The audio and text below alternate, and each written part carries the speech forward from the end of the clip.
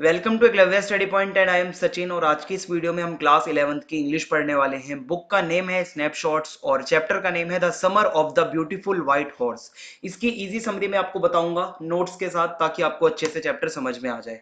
उससे पहले आपको बताना चाहूंगा, आप मुझे इंस्टाग्राम पे फॉलो कर सकते हैं। मेरा यूजर नेम आपके सामने है। आपकी कोई प्रॉब्लम हो आप आके मुझसे पूछ सकते हैं। तो स्टार्ट करेंगे हम इंट्रोडक्शन के साथ।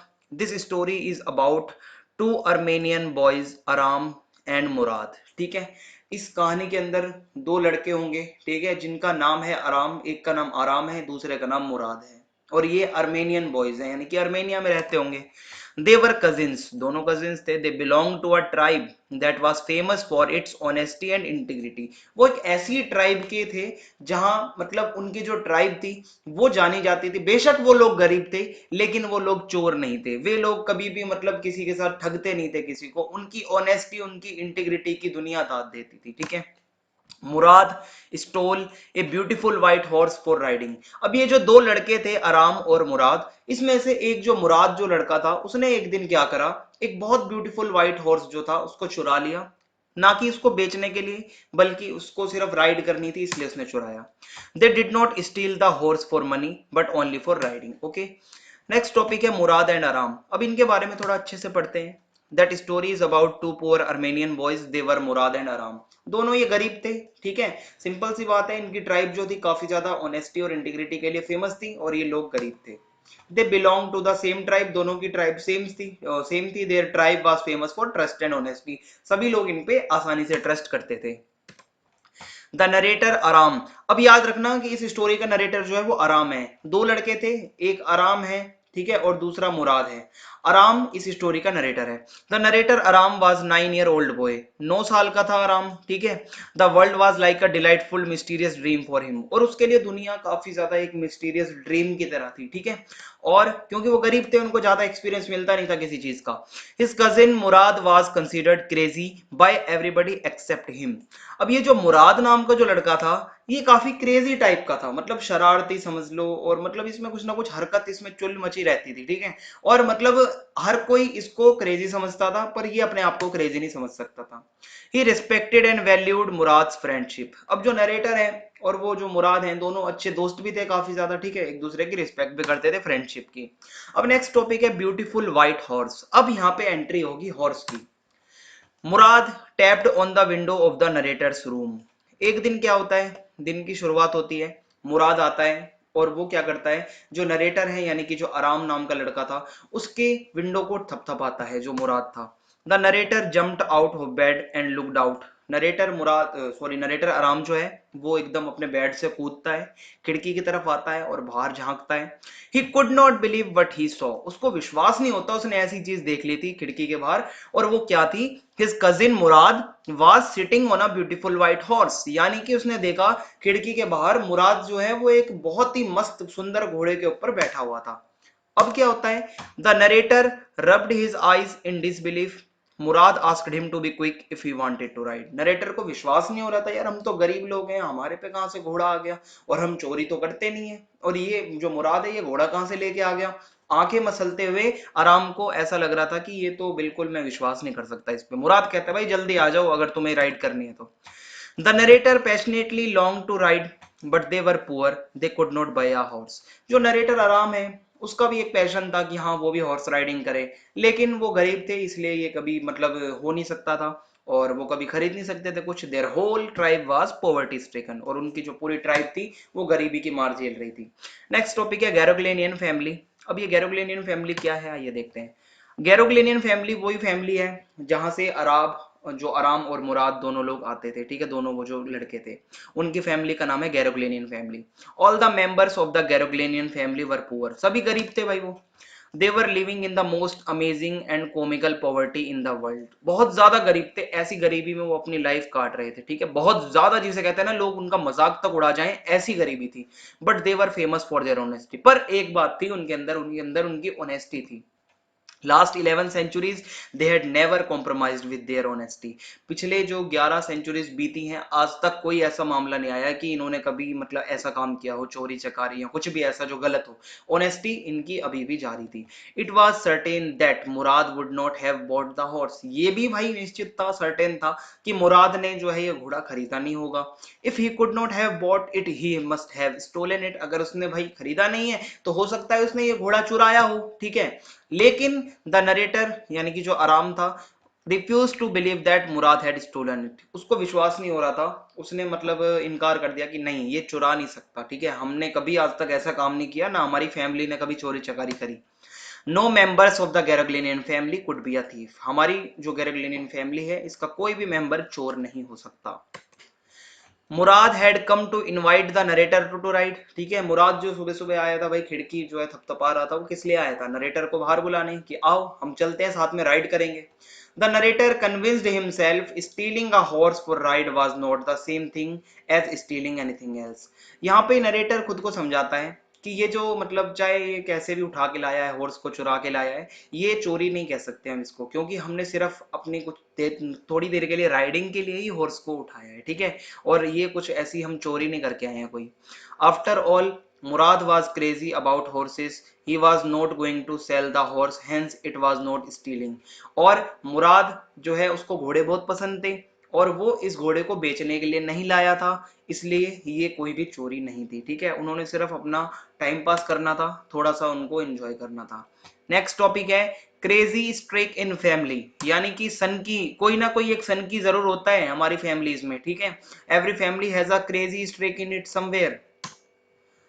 Uncle Khusro was the true inheritor of that crazy streak. जो एक इनकी फैमिली थी गैरोग्लिनियन, उनके अंदर एक अंकल थे जिनका नाम था अंकल खुसरो, और वो काफी ज्यादा सनकी थे, गुस्सा बहुत जल्दी हो जाते थे। He was a big man, हट्टे कट्टे थे, विद ब्लैक हेयर्स, काले बाल थे उनके, विद लार्ज मस्टैश, ठीक है। और उनकी जो मूछें थी वो काफी ज्यादा लंबी लंबी थी, ठीक है, लार्ज थी, काफी बड़ी थी। He was a very furious in temper, गुस्सा बहुत जल्दी आता था उन्हें भाई, सनकी टाइप से तो थे थोड़े वो।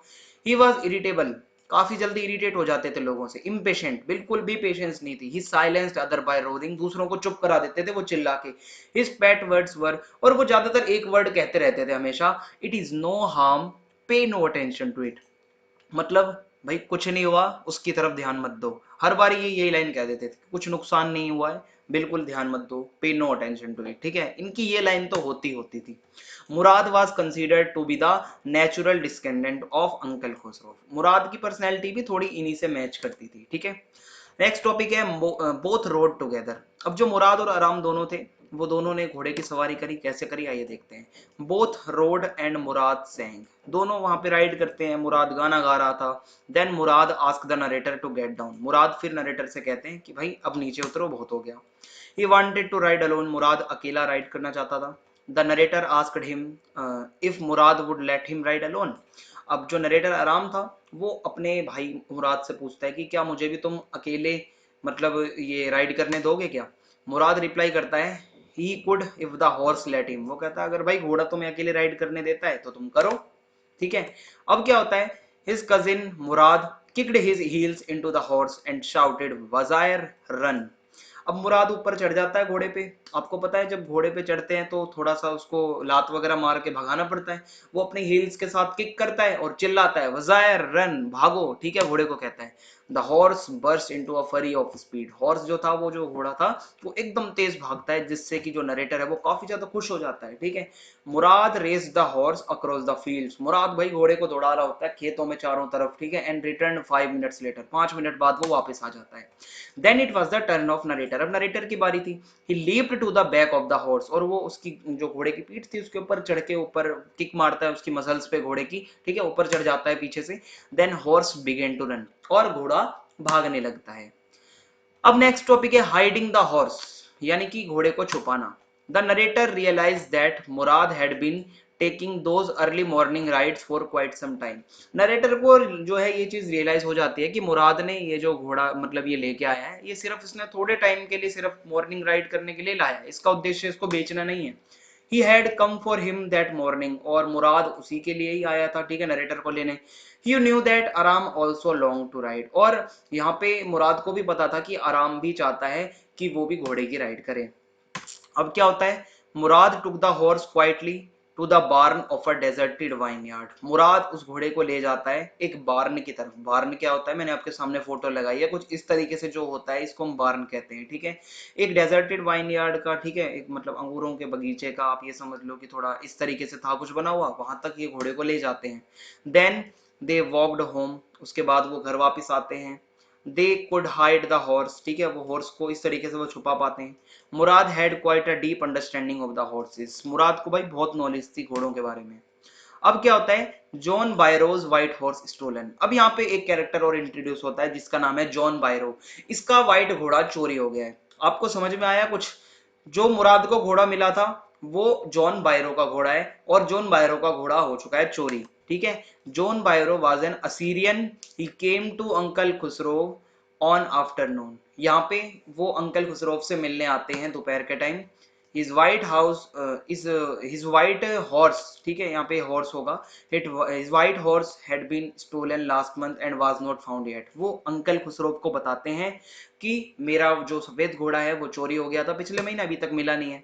अंकल खुसरो बिकेम इरिटेटेड, भाई अब ये हो जाते हैं गुस्सा। शाउटेड, चिल्लाते हैं, it's no harm, what is the loss of a horse, यानी कि कोई दिक्कत नहीं है, क्या हो गया, एक घोड़ा ही तो है, ठीक है। John Byro told him that he had to pay $60 for such a horse. और वो बताते हैं जॉन बायरो कि भाई ऐसा घोड़ा चाहिए ना तो मेरे को लगभग $60 पे करने पड़ेंगे, तब जाके मुझे ये घोड़ा मिला था, और आप कह रहे हो नो हार्म, ठीक है। He also told that he had to walk 10 miles to go there, और लगभग उसको 10 मील तक चलना भी पड़ेगा इसके लिए। The narrator told Murad of John Byro's visit. अब वो जो दोनों कजिन्स थे आराम और मुराद, वो दोनों जब मिलते हैं तो जो नरेटर था आराम, वो मुराद को बताता है कि जॉन बायरो अंकल आए थे। He also wanted Murad that he should not return the horse until he learned to ride। और नरेटर ये भी चाहते थे कि हमें घोड़ा अभी वापस नहीं करना चाहिए जब तक मैं भी राइड करना ना सीख जाऊं। Murad rode that the horse must go back to his true owner. Murad कहता है कि नहीं, जो घोड़े का असली मालिक है घोड़ा उस तक जाना चाहिए जल्द से जल्द, ठीक है। अब क्या होता है, he could not wait for more than 6 months. Every morning they rode, and every morning when the narrator rode alone, the horse threw him down and ran away। यानी कि अब मुराद को यह समझ में आ गया था कि आराम तो घुड़सवारी सीख नहीं सकता। जब भी वो सुबह सुबह आते, जो नरेटर आराम है वो घोड़े पे बैठता, घोड़ा उसको गिरा देता था और वो घोड़ा भग जाता था। अब यही चलता रहता तो 6 महीने तक भी घोड़ा वापस नहीं जाएगा उसके मालिक के पास, इसीलिए मुराद इस बात पे एग्री नहीं होता। अब क्या होता है, both came across John Byro and then John studied the house horse। एक दिन क्या होता है, जॉन बायरो के सामने आ जाते हैं ये दोनों, और वो जॉन बायरो उस घोड़े को देख लेता है जो इनके पास था।